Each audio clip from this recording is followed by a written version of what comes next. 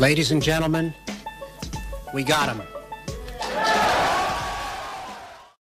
Hi guys, and welcome to another Fool of the Week. And this week's Fool is Brexiteer Andrea Leadsom.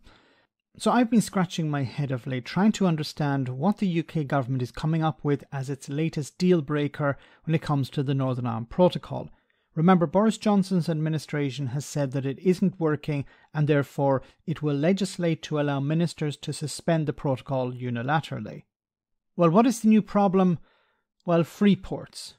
Yes, those things that Brexiteers see as a panacea. But let's get to what Andrea said about this.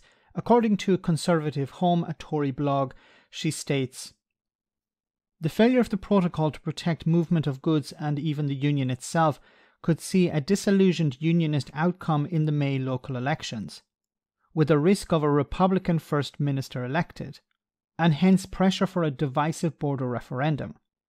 We simply cannot wait any longer to address the real concerns of so many UK citizens and residents in Northern Ireland. A radical way by which we can address the shortcomings of the protocol and give a major boost to the Northern Ireland economy once and for all would be to establish a free port across the whole of Northern Ireland. Other parts of the UK will enjoy free ports, free from import and customs duties and delivering a boost to exports. Northern Ireland would benefit hugely from new jobs, opportunities and growth. Imagine the benefit in this vital part of the UK of a comprehensive package of free port measures such as tax relief, business rates retention, regeneration, innovation, trade and investment. Freeport status would attract private investors, stimulate jobs and growth, as well as potentially simplify customs checks and tariffs. In short, a free port would position Northern Ireland as a hub for global trade and investment, providing the environment for innovation in research and development and promoting regeneration. In today's global and competitive world, these would be clear advantages for both Northern Ireland and the Union."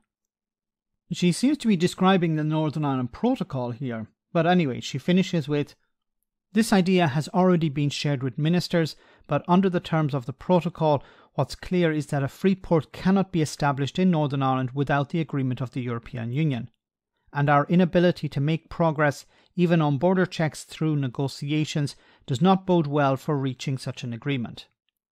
So to fix the problem of having a border between Great Britain and Northern Ireland is to put in another border in Northern Ireland. What the heck?